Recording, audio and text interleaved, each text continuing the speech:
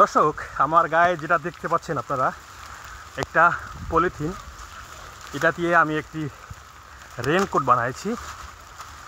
কে বানাইছি সেটা আপনাদেরকে একটু পরে বলছি, কারণ হচ্ছে 40 টাকায় এরকম 3টা বানানো যায়।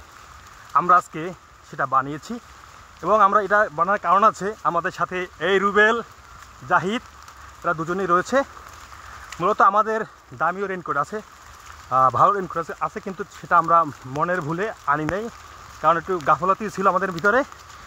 পরবর্তীতে কী করলাম, হঠাৎ বৃষ্টি নামছে, নামার পরে দোকানে গেলাম, ওয়ান টাইম।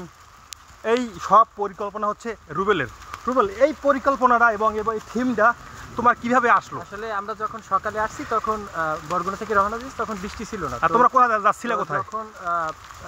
যখন আমরা আসতে চাইছি, এই যে হচ্ছে যে বড় একটা তিমি মাছ উঠছে সোনবনিয়া 9 নম্বরে, এই তিমি মাছের নিউজ সংগ্রহ করার জন্য।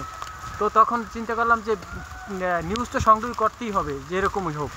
তো মাথায় একটা আইডিয়া আসলো যে আমরা একটা পলিথিন কিনবো, পলিথিন কিনে আমরা রেনকোটের মতো বানাইয়া তারপর আমরা নিউজ সংগ্রহ করতে যাব। হ্যাঁ। তো আসলে তারপর আমরা 3 জনে 40 টাকায় 3টা রেনকোট বানাইলাম।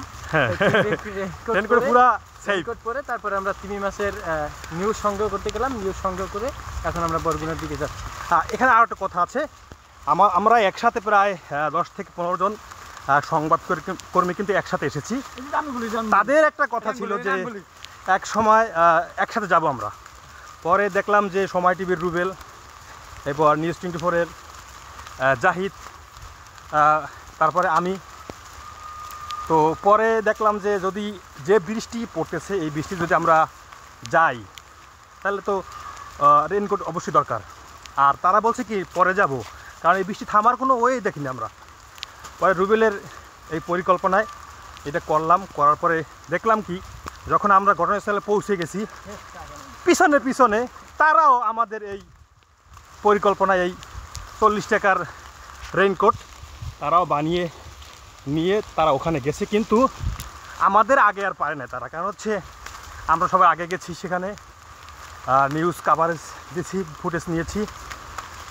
তো তারপরে আমরা ওখান থেকে ফিরছি বরগুনাতে, কারণ হচ্ছে এই তিমি মাছটি দেখার জন্য অনেক মানুষে ফেসবুকে দেখেছেন যে অনেকেই লাইভ করেছে, কিন্তু আমরা সচক্ষে দেখে গেলাম। এবং অফিসের পেরা তো আপনারা বুঝেন যে কোনো মিডিয়াতে কাজ করলে এইসব জিনিস কিন্তু করতে হয় আমাদের।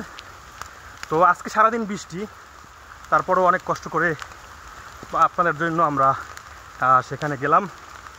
আর এই জায়গা হচ্ছে সোনবনিয়া, বরগুনা সদর, 9 নং এম বালিয়াতলি, খুব সাগরের কিনারায়, পায়রা নদীর পাড়ে এই তিমি মাছটি এসেছে। এই তিমি মাছটি প্রায় 35 ফিটের মতো, কিন্তু সেটা একেবারেই পচে গেছে। তো সবাই ভালো থাকবেন, সুস্থ থাকবেন সেই কামনায়। আমাদের মতো 40 টাকায় রেনকোট কিনে হঠাৎ বুদ্ধি থাকলে করতে পারেন।